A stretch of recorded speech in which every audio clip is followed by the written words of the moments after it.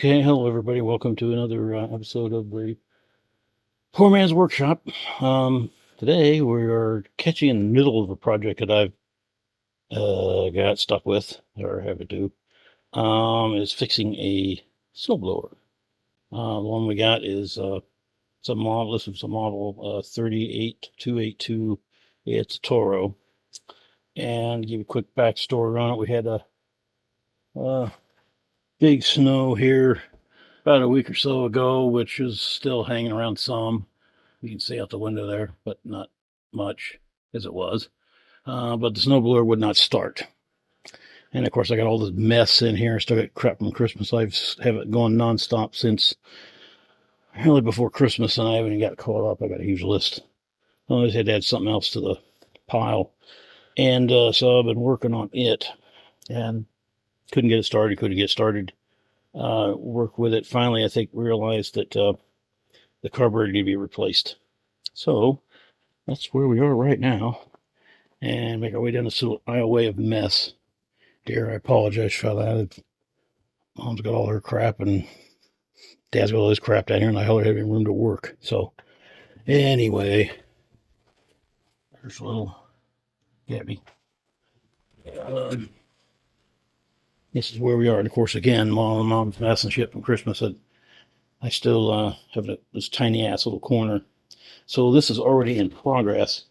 So this is a Toro snowblower, and it's a 4-cycle engine.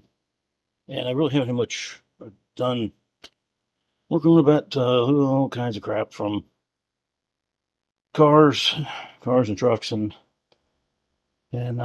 electronic security systems, stereo systems, mechanical clocks, a solar Jesus, everything.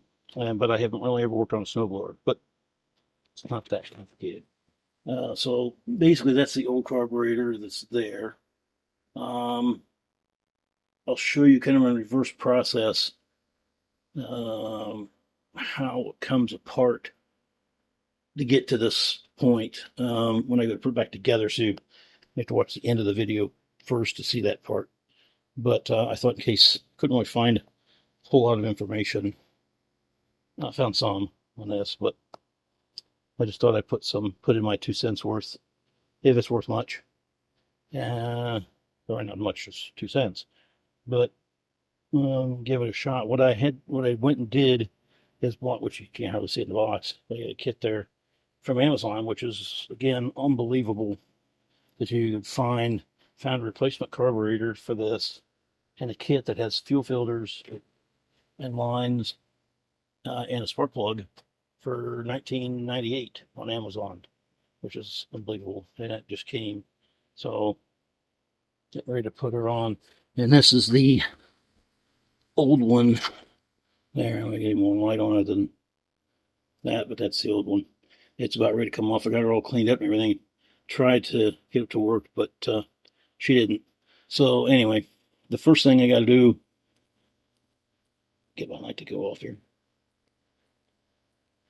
There, is pump out the gas. There's a little bit of gas I had put in it to test it. So need to siphon that out. The old siphon pump back into the gas jug. And then we can continue on this. The kit came with hose for fuel line, all that kind of stuff too. So I'm not really sure if I put it all in or what yet.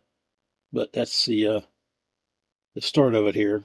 Let me siphon out the gas, and then we'll go from there. Okay, I just pumped out the gas out of the fuel tank. If you don't have one of these and you do this kind of stuff, hey, you might want to get yourself one. I think I got this in an auto parts store, something like that. I think it was like $20, $15, something like that, a few years back. It's a hand pump to siphon out liquids and gas, whatever. And you can also use it to transfer from one to the other, or there's a couple other uses, which I can't remember off the top of my head because I don't remember. Anyway, if you want to go to use it, you put the top tube, it's got 2 tubes. Top tube goes in what you're pumping from, and the bottom tube, at least on this one, to what you're pumping to. So I got her all pumped out. Unfortunately, I can't pump and hold the phone all at the same time. So we got that cleaned out now, and you'll make sure that's good. You also want to make sure you have a ventilated area. I've been opening and closing the door here. We have a very bright sunny day. A little cold. It's about 20 some degrees. Oh, we got a squirrel too. A squirrel coming for one of our peanuts. So anyway, I do the well ventilated area. I've got, because it's about 20 degrees, I got the heater on in here, which is at intervals. And if I were to go to test, you don't test the engine inside. You don't want to do that inside. So you can just open the door for ventilation. Okay, now we got that. Next step would be take part of the shroud and stuff apart to get to the lines. Well, this one I already got this part taken off. This is the electric start with the button and the key. It's on a wire. It's down there. Those come off. There's a panel that comes off. There are bolts on either side of this. Right there's one right there that we need to take out. Take that out, and the panel over here, and then you take off the bolts on the front, which I'll show you in a minute. And then you take off the throat or the snoot, whatever you want to call it, and then the shroud. And you can get relatively the inside of it. Unfortunately, you can't see under the tank very well, but that's where we're headed. So do that, and we're on to the next step. Also, I'm going to make sure, clean off if you leaked any gas. I didn't really spill any this time, which was good. I had a little bit around it there, and stored the gas over there for now. And then the the tubes in the pump. And I set them out here in nice 20-degree weather for a little while, just to let them vent a little the vapors. And you also want to leave, in order to take the shroud off, you have to have the gas cap off, which is another thing, because when you take the shroud off, the red shroud, it catches on the gas cap. So you just have to take the gas cap set off to the side, like here. And then I'm going to take that bolt there off, and then we'll turn it around. And there's two bolts. You see one there, and one on the other side. Those come off, and then there's two screws here and there. You'll see those from the front, which I don't have the angle to get that right now. And then that nose piece comes off, and then this whole assembly pops out that way. And then leaves a hole there that the shroud can come up. Now, if you want, when the shroud comes off, if you want to disconnect it, let me get that into focus. This stupid camera wants to focus on everything but it was supposed to. And never Samsung phone for you. There, and then you can set it off to the side, because that line runs through the shroud there. And I don't know if you can take that off loose on the inside. I haven't messed with it. I just kind of move the shroud to the side while I'm working. So that's where we're headed. On to the next thing. One other thing to note too, and I'm gonna get my headlight on that to see that or not. Got my my headlight on, which the neighbors called my geek light, because they see that when I'm like, oh, he's coming to fix something. So that and one over there, and most of the other ones, just to let you know, are 10 millimeter sockets. I can't hardly do with my left hand because I'm an idiot. But that's 10 millimeter there, and then you also need a Phillips screwdriver for the two in the front, because they're regular screws, Phillips head. So it's at the old Phillips head out here. Oop, there it is. And these are the parts that come out so far. This part here is the primer. And on the inside, see the tube, and this goes on like that here, and these two holes here go over the two studs. That's what holds the carburetor in place. Now, when I took this apart, there wasn't any gasket or anything between the engine and the carb, so I don't know why that would be. But the kit came with two, so go from there. There's also, let's see, this is also the key that you pull out to start. It won't be this way, I guess. That you pull out to stop it or to lock it, and it has two electrical connectors, just a switch, one on each. You can see it down in there. One on each side. A bit. Oh, there it is. The two there, and those are what go on from this wire here. It'll be one of the last things that we put on as we put it back together.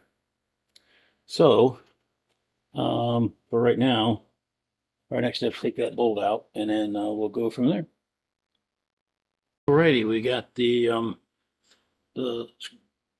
bolt taken out back there. It's in the pan, and now we're back to the front. Back to the front? Front to the back? Well, something. Anyway, next thing is to take these out here. Now I usually use 10 millimeter, and just the extension is easier for me. And then, again, my uncoordinated self try to do this with one hand. But basically take this off and actually do it with one hand, which is very rare. I could actually do it without screwing it up too bad.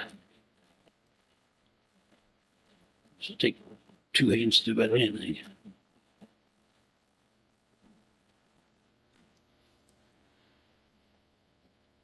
Almost out.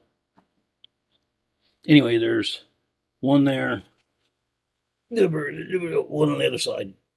You take those out, and then there's two what I was talking about, the screws, which I don't know if you can see down in there, but there's one there and one in there, which require a screwdriver to get in there. Take those out. When those are out, then this part will come off. So that's what we're headed to now. All right, we got the both the bolt out and the two other screwdriver from there on either side, and now this is loose and falls apart in my hand. Expect that quite that way, but so there's that part, and that basically uses this kind of ratchet back and forth. So when you turn that thing, and then this is the front piece. Goes on there. Store those together, and then now the shroud can be lifted off like that, except because it's connected on that line. If you take the line off, you could do it, but it's just easier. What I've been doing is just kind of put it off to the side and out of the way. Do it, but kind of like that. And now it leaves us open to carburetor side. So we'll switch it around there and work on that next. One other quick thing. If you're having problems with the blades turning at front, that mechanism is over here on the side. There's a belt. I don't know how you can see it down in there, but wheels and belts, and that's where you work on that part. And then you take that probably that side panel off. But hard works on the other side, so I just wanted to point that out to you. Alrighty, here's the side of the snowblower engine. This is the, of course, fuel tank, and then the fuel line, and then the fuel filter here, and then it goes down, and then into the carburetor there. Now, the kit that I have has a fuel line. I don't know how easy it'll be to do the fuel tank, so take it out of there or not. One thing to be careful with is the way that is the connection. There's a rod. You can see it there or not. There's a Get the stupid phone there. Well, just changed my finger. There's a rod and a spring that's there that run to the engine throttle control, and they go to the carburetor on this arm. Let's see it in there. And my finger back in there, and they go in those little holes. So it's really a pain in the butt to try to get in there. So, and to get out of too, really. So I think the next phase is to try to replace fuel filter. And I'll figure out what to do from there. Alrighty. Okay, the next thing I'm going to show you if I get into this is have a pair of different size, well, those pliers. Taking these off, these clamps, you squeeze them together, and then you move them, and they'll release, and then you put them back where they are, clamp the hoses. This is a fuel filter that's on this one. The kit that I got here came with 2 of these type and 1 of these. I was going to replace those. I'm thinking I might try 1 of these. These actually look better than the other one to put in line there. So we'll see if that doesn't work. I'm going to go back to the other one, to this one. This is just has a little fine mesh in it, but these look a little more substantial. So we'll find out here. Okay, onward. And the more I look at it, I think I'm not going to take the fuel tank off for now. So it fastens underneath there. I'm going to try to use that fuel line. If I can, we'll see how that goes. The other thing I also want to mention, just for safety, in case anybody's wondering, if everybody cares, the heater that we've got on in here that I've got, my dad has it. It's electric. It's not gas. That's kind of important, especially if you're working around with stuff that's vapors and fuel and things like that. The flame on a gas here, we might be going boom, or I might be talking to you from the moon. So, because it smells very heavily of gas in here. But because it's so cold, I've been opening and closing the door. So, if you have to have heat in here where you're working, use electric heat, not a gas space heater when you're working with gas fumes. Also, we don't even have gas. Our neighborhood doesn't have gas. This plat was built in the 1970s, I'm thinking. And everything's buried here. So all the cables, there's no power poles or anything. All the electrical wires, cable, everything runs underground. And there's no gas lines in the plat. So worry about that part anyway. Although when the power goes out, you can't cook anything. So there is that, I guess. But anyway, let's keep going on this project before I get sidetracked. Okay, I've got this is on the filter. This is the filter here, and this is the line that goes to the fuel tank. It goes up and underneath there. I pinch with my handy dandy pliers. Here, just move this down. I was able to get this off of here. Did it on the back side. I don't know if you can focus on it or not.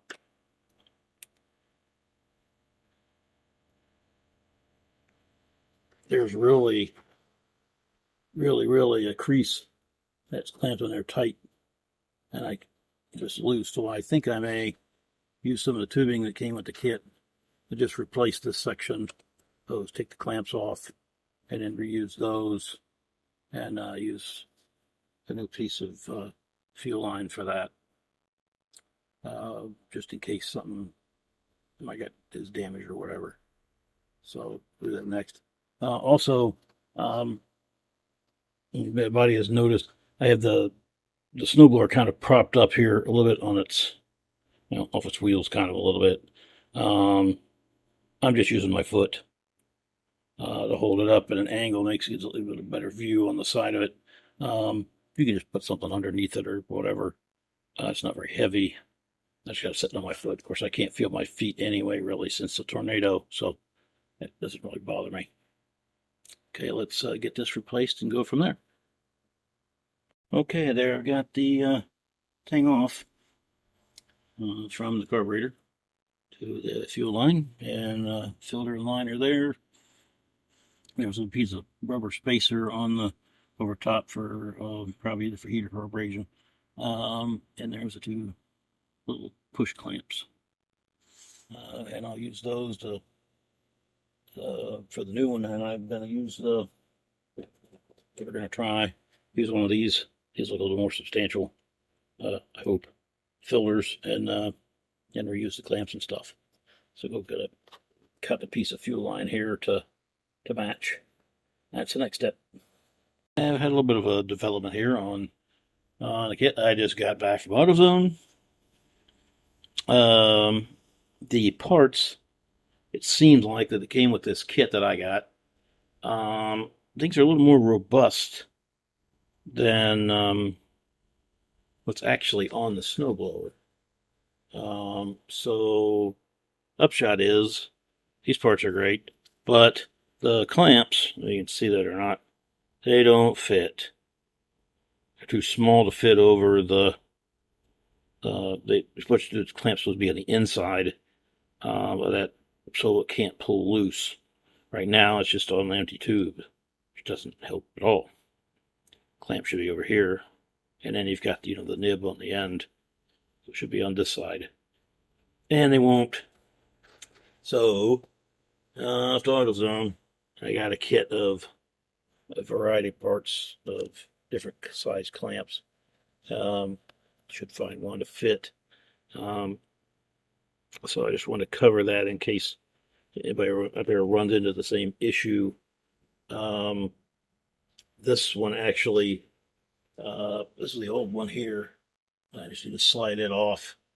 Still not sure whether I'm trying to take the fuel tank out or not. But it just won't fit over there. And make sure we don't break something. Or cuss and scream and yell like I did.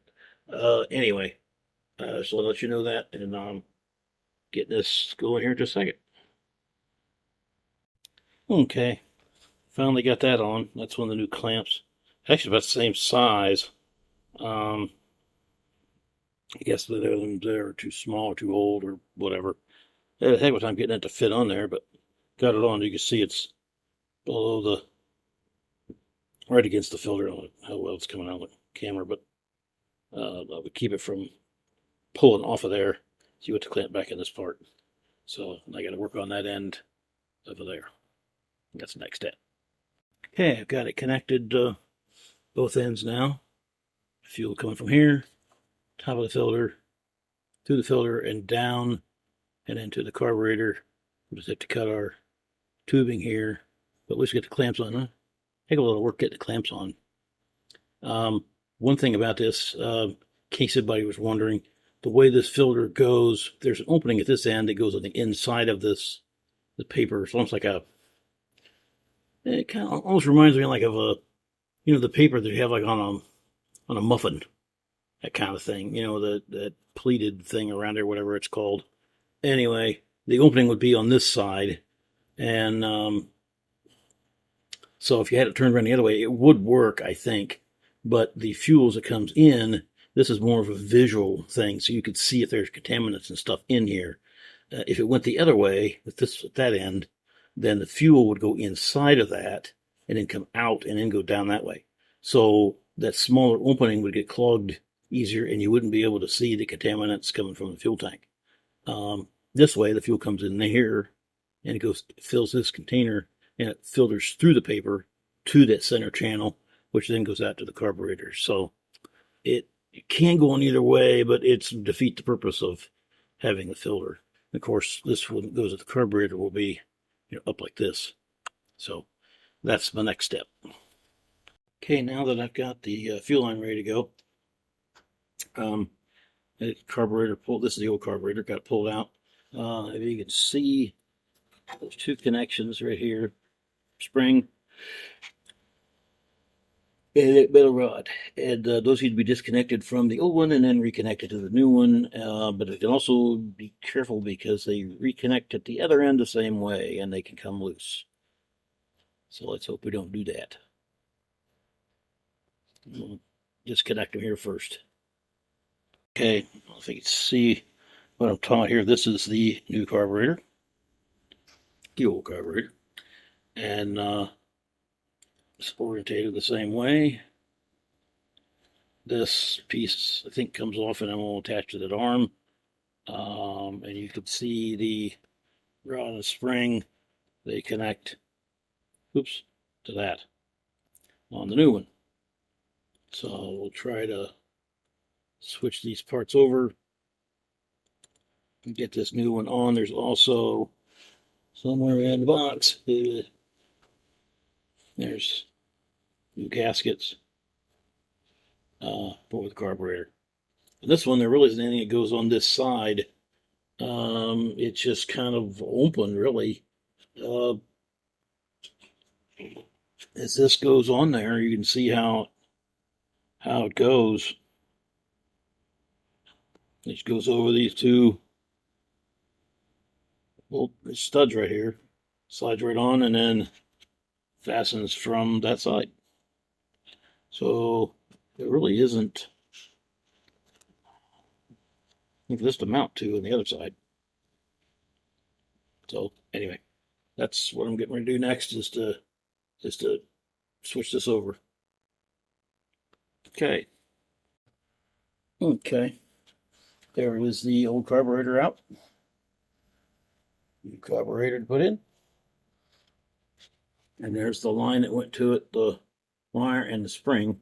Now, what I did to keep it from discombobulating in the back, which you could easily do, used a vice grip to hold them together, and then the big pliers, to kind of work it to get it out of that slot, which is a bit of a pain in the ass. It just, in my opinion, one goes in the, there, can't get the shoulder on there. There's two holes, one for this part. See, they pull this back and forth.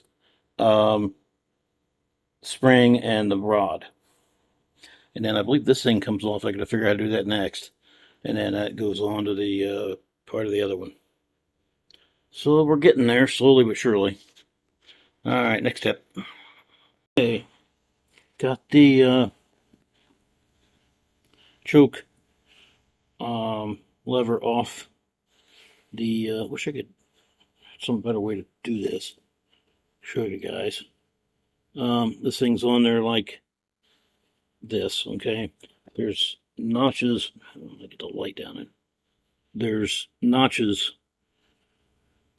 Can't do this for crap. Right here and there.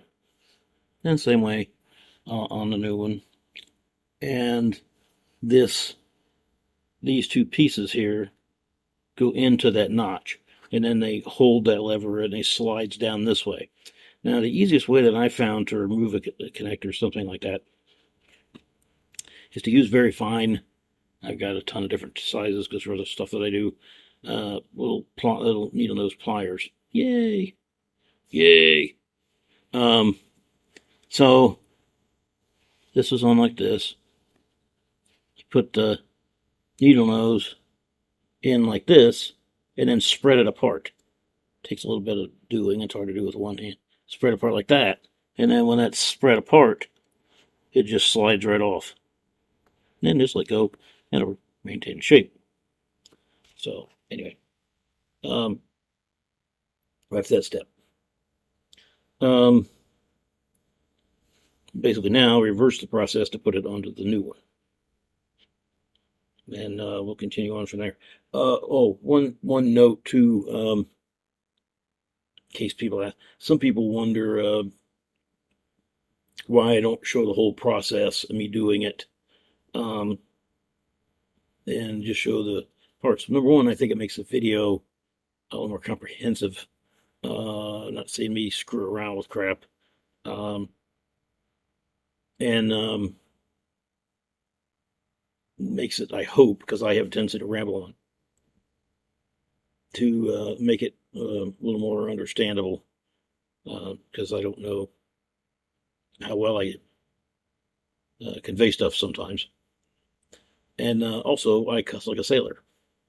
So, but most of the things that I do are and work on come with a lot of foul language and trial and error. So I just try to boil it down to what I did, and I don't really have a tripod really well to hold this stuff, so I kind of do it this way. It's kind of the whole Poorman workshop way. I didn't used to cuss a whole lot, really, until I started my first job. I worked on a truck dock for a local retail store. So we loaded, unloaded trucks, did all the stock work and heavy lifting and all that crap. And everybody and a grandmother cussed like a sailor. And I really hadn't done that until I started there as a sophomore, junior in high school. And I guess I picked it up from then. And I learned something very valuable. Some people may disagree, but a lot of guys, women may not get, but a lot of guys will get, is that cursing helps. I don't know how. I don't understand the physics quite of it. But it works kind of in two ways. One, it acts as a pressure valve. My dad's got a very hot temper, so growing up, tools were flying all over the place. So I found that I kind of have some of that trait, but I don't throw stuff, but I get mad because things kind of get frustrating for me sometimes. I have ADD, so but cursing seems to, one, act as a pressure valve, an outlet. So it's like cursing something and you kind of feel an emotional release. You just say darn or heck. It doesn't seem to do that. I don't. At least that's my. Anyway, my dad and I both have talked about that. We seem to agree, and some of the other guys I've talked to, women may not agree. I don't know. The other thing is, and I can't quite explain this. Maybe because you have the release, and then you have a moment of clarity or something, or if it's just it angers the gods or Jesus doesn't like it or whatever. I don't know. Stuff seems to work. Like I'll cuss at something, be struggle, and I'll curse. Finally, get mad at it and curse, and then it'll go right together. Or something will come loose and I'm cussing at it, and all of a sudden I'll curse and it'll come off. I can't explain it, but it kind of looks like a magic trick sometimes. But anyway, I guess I sidetracked again. So anyway, that's the way I do it for now. Not a lot of people watch my videos, so it doesn't really matter much, I guess. But if this is on to the next step, well, next is to get that onto the new one, and then get it back on here. We'll put the figure out the whatever I did with it, the gasket right here, and then we get these wires connected. And once that's done, then I can figure out the length of hose that I need for the fuel to go under the carburetor, and we'll go from there. Because you definitely don't really want to have that. I mean, it's just sitting there now for fun, but you want to have it taut kind of the way that the fuel line, so that the filter is up, not touching the engine. So, okay. Next step. Here's a closer look at what it looks like with that off. Okay, next step. Okay. Well, took a little while, and after a bit of cussing and all that kind of stuff, the carburetor, the linkage is on. You can see it there. There.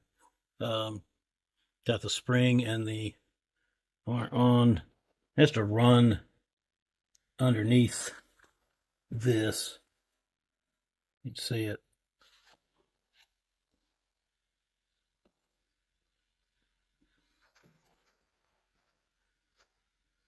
There, it goes, connects to that and up to the, well, it's hard to show with stick this thing in it, and into there. The way I did it was spring over the top, connect that end down here, and then manhandle the carburetor up over the bolts, and then to there, and then slid it back into place. Sounds easy. Took a couple hours. For me anyway. I did take a break in the middle of it though. So that's where we are at this point. Next step was going to get the attach the fuel line to there. I've got her sitting on the side, by the way, if we haven't figured it out or not. So, okay. On to the next thing. Okay, I've got the fuel line back on. That's what it looks like finished. Now, and then down, and then the clamp on that side of the carburetor.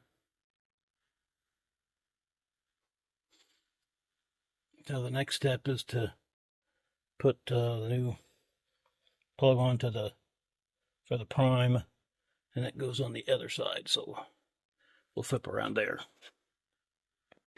Okay, I've got the new prime button on, prime to pump. You can see that in there or not. It's kind of dark. That it just snaps in. The other one snapped out.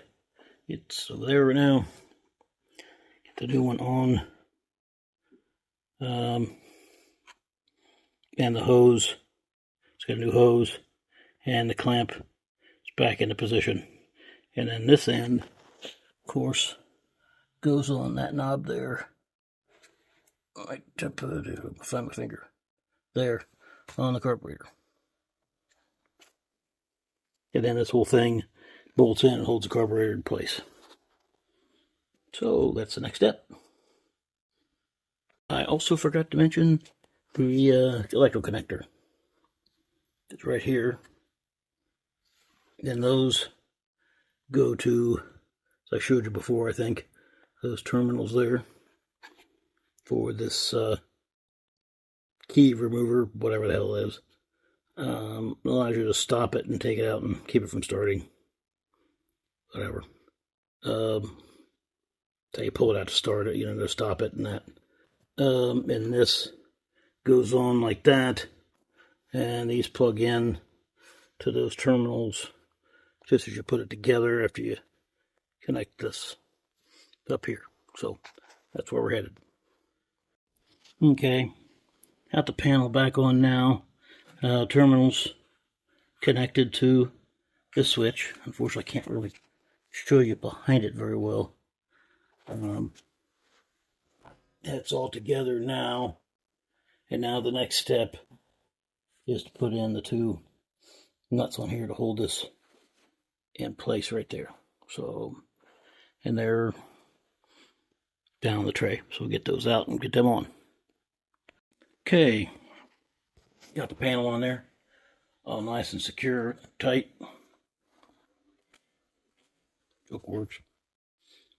And now we're going to replace the spark plug, since the kit came with the spark plug. I've heard of the brand, but it's all Chinese stuff. And we'll give that a shot, and might as well do it while we're here.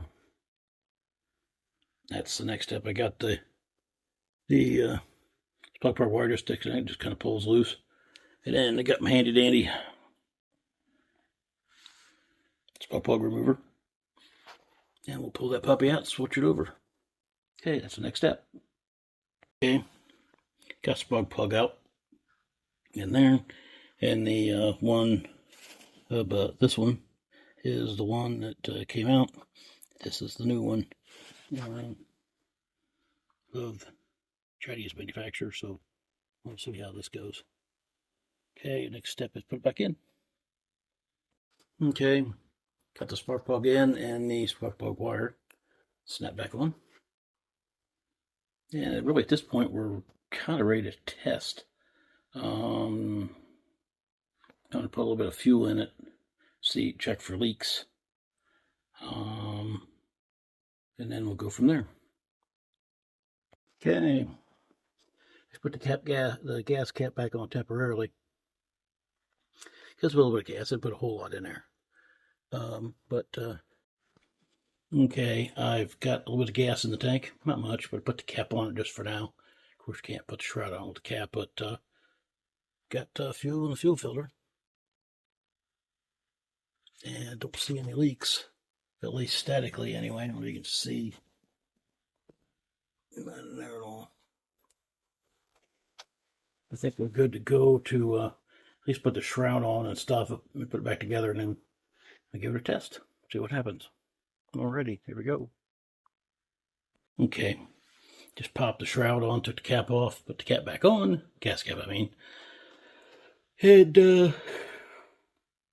we're ready to go here. One thing.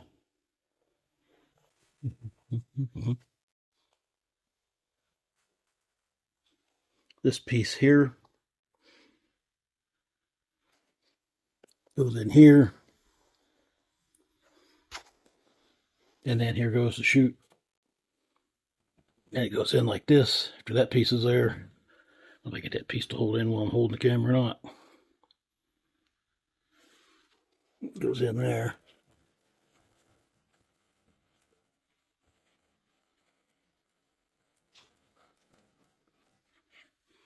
And then this goes up in like this. And the bottom piece comes on. There's two bolts. I think I showed it already in the video earlier. Those go on, and this trim piece goes on. And then there's two bolts under there. So that's the next step. Alrighty. Got the chute snoot, the snoot chute, snow chute, whatever you want to call her. Got that reattached. Again, collar goes in, two bolts there, and one on the opposite side. I don't know if you can see it, whether we're reaching or not. And this front piece here, which has this part, goes on, holds that together. And then now there are these two, let's see, what's going in there, at least on this particular one, our Phillips head. And they go in here and one on the opposite side. And then we got to go around to the back of the machine. So do that next. And here we are at the back of the machine. And that's a couple bolts. This is the plug-in and starter for the electric. And of course, I never did disconnect that. It's that motor up front. Goes up like this. There, and there are two bolts that hold it in place. And then there's a bolt that goes over this side, which I think I might have showed you before. And she put back together. And then we got to see if it runs. Hope it runs. Okay, let's get those in. Okay, that blast bolt in. That blast is for installation. Let's test it. I'm going to see if it hopefully runs. That's the next step. So I brought it off the floor and opened the door and give her a few blasts and see if it works. If not, may have to tune. I didn't do anything really, tuning anything really to the carburetor, so hopefully all this works. We'll find out here. Next step.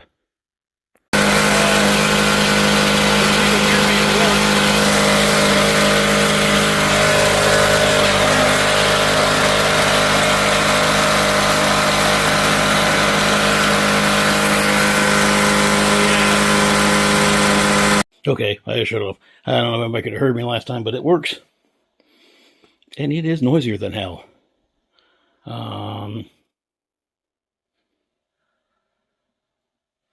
course, I haven't heard a run in a year, so and they're in a closed room, so makes a difference. But make sure, as again, I've got the heater turned off in here and the door open when I started it. So yeah, fumes go out the door.